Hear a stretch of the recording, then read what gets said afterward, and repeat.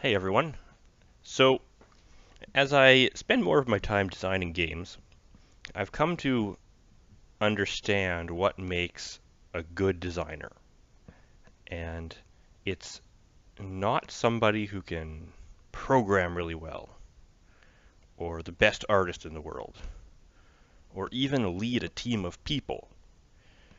The best designers are problem solvers. Because when you have an idea for a game in your head, and you start to implement it and put bits and pieces of it together, sometimes they clash, and you realize something about your initial vision has to change. And a good solution not only eliminates the problem, but actually makes the game better and more interesting. So I'm going to talk about two things I've done, two problems I've solved. So at this point in development, I've started working on creating some simple combat. That's why I've got this red ship here. He represents an outlaw. And when I first made the combat,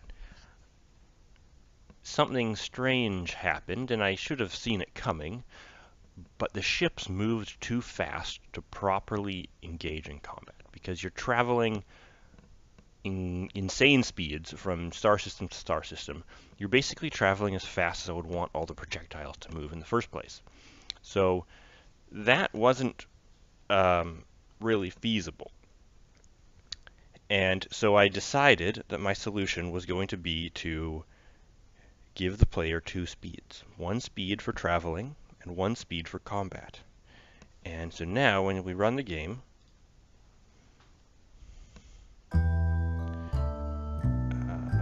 let's just make sure I select something empty so the game runs smoothly. As you can see, he is shooting, and as soon as I fired off my first projectile, my speed decreased. And that makes the combat a lot more practical, but also it has the side effect of making combat speed now an upgradable stat. And I was looking for another thing to upgrade. So now you can improve your combat abilities through a bunch of different ways. You can increase your firepower, your armor, or your speed, and it's going to make the game and the upgrading system a lot more interesting. So I thought that was a good solution. And the second is kind of an ongoing problem. I haven't perfectly solved it, and you're witnessing some of it here. You see these two ships kind of flying around each other. But because space is completely empty, there's nothing to keep your bearings. So I'll give you an example. If I turn my ship to look upwards and then move around, it might not look like I'm moving, but in fact I am. There's just nothing to tell the user which ship is actually the one moving. If you think about it, that red ship could be like looking in different directions, but the green ship, might be moving in some complicated pattern. So it's basically impossible to play a recording of this and trace out exactly the path each ship is taking. And that it's very confusing to play because this guy reacts to what I do. So if I move towards him like this, he moves away from me, so it doesn't look like I'm moving.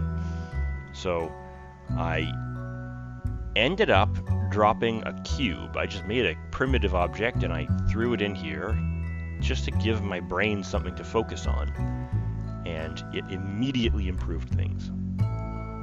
I could tell how I was moving, how the other ship was moving, and it was good. But of course I'm not going to put cubes everywhere.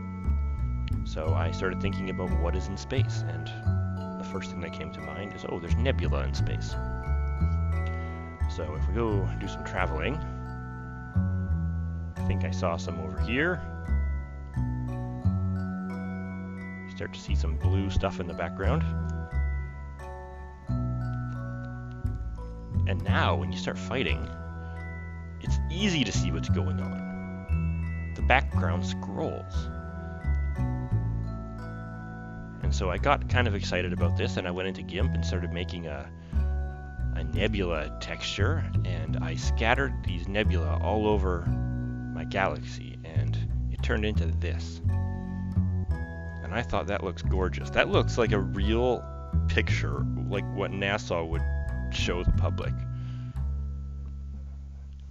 And so that both solved my problem, partially, and enhanced the atmosphere and the visuals of the game. And so that is a great example of problem solving. Now, the problem isn't all solved because you see there's these big gaps in space where there isn't anything to keep your bearings. So I tried to fix that by taking this entire kind of, it's a plasma pattern I made in GIMP, and put it in the background. So I don't know how well you can see it on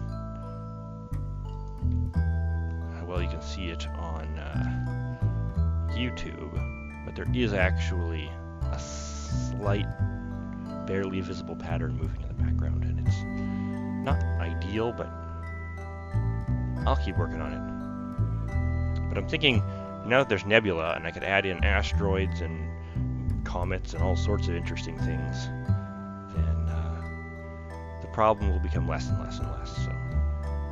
So yeah, that's the lesson for today. Solve problems in ways that actually make the game better, not just prevent it from being bad. Alright, I'll see you next time.